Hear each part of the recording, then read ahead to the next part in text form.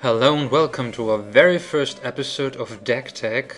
I'm Leonard from Clan Seraphim, the Magic Online clan, and we're practically running this new series here, which is about introducing a deck to you, a competitive or semi-competitive deck, mostly standard, at least I'll be mostly doing standard or pauper. And this time around, just to cut it short, it's all about Ember Shrine.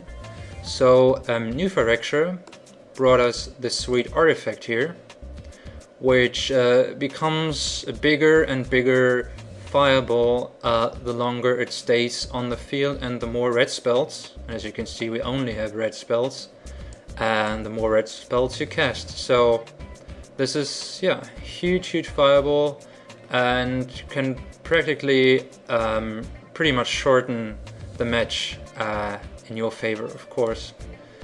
Another pillar of the deck is Goblin Guide, and basically what you want in the opening hand is either Goblin Guide or Shrine of Burning Rage to just have a good aggressive start. Shrine of Burning Rage gets worse and worse the later you draw it in the game, because simply you can't ramp it up that much anymore. Yeah, Goblin Guide, early pressure, we are aggressive, we're an aggressive deck, we want to play first, of course. We got lots of burn, so this deck, 15 burn spells, so this deck, or 16 with Red Sun Zenith, this deck does compared to like a pauper burn deck, or yeah, it has the red deck Wind Shell, the creature shell, Goblin Guide, Ember Hauler, which who we can cash in for 2 additional points of damage. And apart from that, Koth is I think a pillar of this deck, mid to end game pillar, because he's a pressure bringer, and once he's out on the board your opponent has to deal with him. Once you go ultimate, it gets pretty threatening for the current meter, which is only decks that are running low power and toughness creature. So this is a huge threat to anyone. I made some smaller modifications to the original build of this deck. Originally you would be running Spike Shot Elders, which I have cut simply because they really get active pretty late in the game only, and usually they're not worth it, because you have to keep mana open for Shrine at one point, and you can't also keep mana open for Spike Shot Elder to shoot something or so. So I cut on that. I also cut a Koth, going down to 3, because I never want to draw 2 Koth. And he gets less useful when Better Skull's on the field, because, yeah, it's just a 4/4. Therefore, I added Molten Steel Dragon, flying, huge beating. You can even pay the Phyrexia mana in mountains, probably. You can just boost him, and it's pretty much unexpected.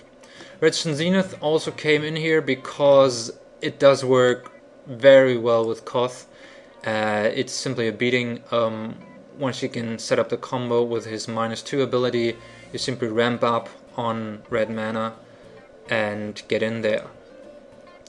Onto the creatures, we have 3 Manic Vandals, and that's mostly due to the current meter, which is mostly only equipment and equipment.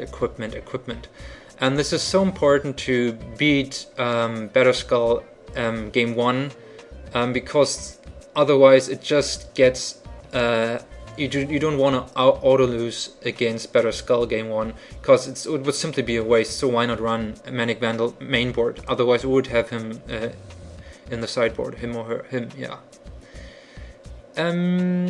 yeah. Tearing Peaks, 2 of 4, small boost of our creatures. Usually there are builds that run 4, but mostly that's for Spike Shot Elder, who we have cut here completely.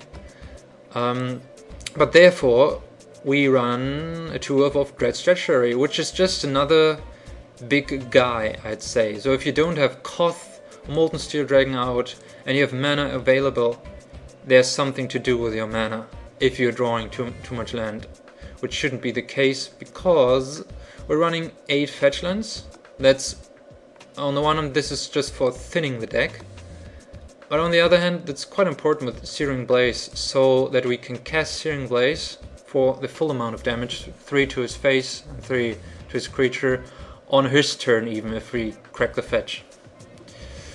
Yeah, that's, I guess, the basic rundown of the deck. We're running Stagger Shock, which goes pretty well with Shrine of Burning Rage, has Rebound, so yeah, we can pump up a Shrine even more, but only at the 3 of, because I really wanted to make sure to have enough Mendel's main board to really not lose against Batterskull or Sword of War and Peace, because they're huge threats against this monocolor deck.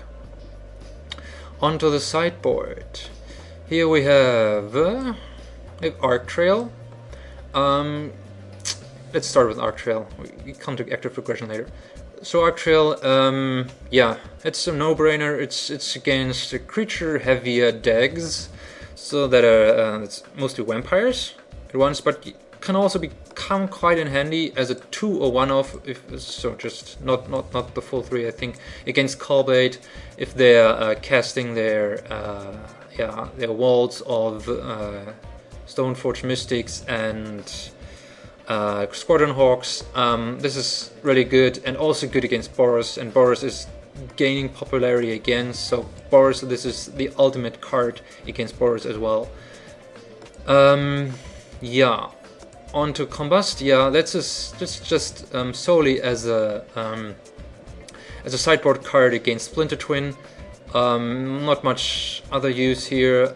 Active Aggression can also be used inside it in against Splinter Twin, just snatching his Deceiver Exarch during his turn. But also against big creatures. There are not too many decks out there that are running big creatures. So creatures that you can't kill, you simply snatch. That's the idea. And you can do this with Active Aggression at the end of your turn, so you have all your mana untapped during your turn, which is just better than running Mark of Mutiny or so. So this is just the superior card, even for a monocolor red deck. Crush, self-explanatory, because yeah, Batterskull. We'll play a 2-man later, and what we'll do if you're playing against Callblade or any other Boros, probably might be citing out a bit of Shrine of Burning Rage, because they mostly cite in their removal, their artifact removal, so citing that out a bit and Crush in as a 4-off definitely is worth it. Dismember is, yeah, Batterskull, huge creatures for action Obliterator, but it's not played much. But we should be fine with Crush at first, yeah, and Titans are not played that much in the current meta, so yeah. So that's the basic rundown. This series is just meant as an introduction to the deck. These are mostly rather inexpensive decks to make, Jaceless decks, so to speak, but decks nonetheless that still have a shot at the current meta, at winning against Callblade, against Boros, against vampires. So this is this is not too expensive to make, except in Koth and the fetchlands, and it does have a really good shot, and it has 1 turn as before. So yeah, we simply try it out in our 2-man, and yeah, see you there.